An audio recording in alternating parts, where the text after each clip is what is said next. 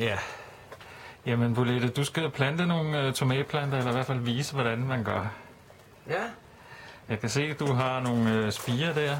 Ja, jeg havde sået nogle frø Okay. i alle de her 6 små kasser, og her kan man så se resultatet. Ja, og du har også flyttet nogle over, kan jeg se, i nogle plantesække. Ja, Og de står så der. har du så bare klippet huller til dem, og så bare proppet dem ned i? Ja, altså jeg har jo så har jeg puttet gødning ned i. Har du puttet kødning ned i? Okay. Altså først så hvad hedder det? Men jeg kan se, at du har lavet ligesom sådan en omsætning, med, hvor der kommer vand ned, og du har lavet Først spirede jeg dem herover, ikke også? Jo. I nogle andre førhen. Og så købte jeg plantesækker og klippede op her. Og så puttede jeg en lille smule gødning ned i. Ja, Og så satte jeg dem ned i. Og Ja. så fik jeg godt nok hjælp til, jeg har sådan en praktisk gris her i drivhuset, som lavede de her, så det er automatisk vanding, så når solen står på, og de bliver tørstige, så suger de selv. så suger de selv, ja. Og det er så, Miss Lone, hun er også meget, meget glad for tomatplanter. Okay. Jeg kan se, at det ser ud som om, du nipper dem. Går du så nipper dem for neden? Det er meget vigtigt, og altså, jo flere gange du får nippet sidegrenen af, måske kan man næsten se her, for eksempel den her, ikke også? Ja. Så gør man ligesom der.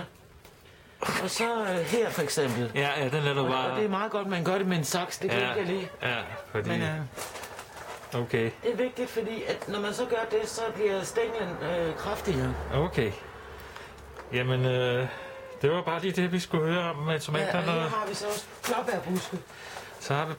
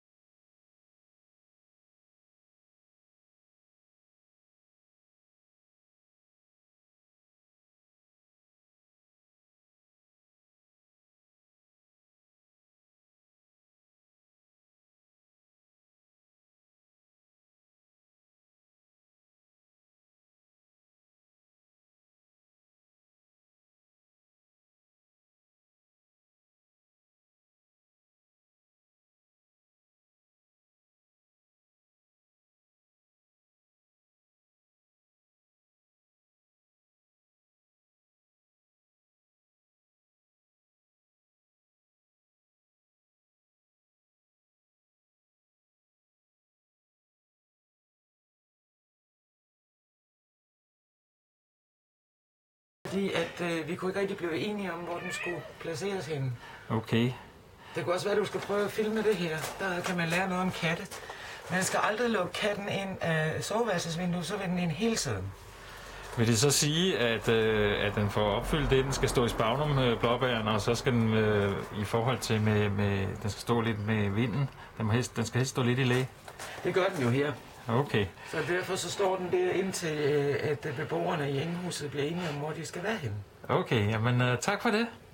Selv tak.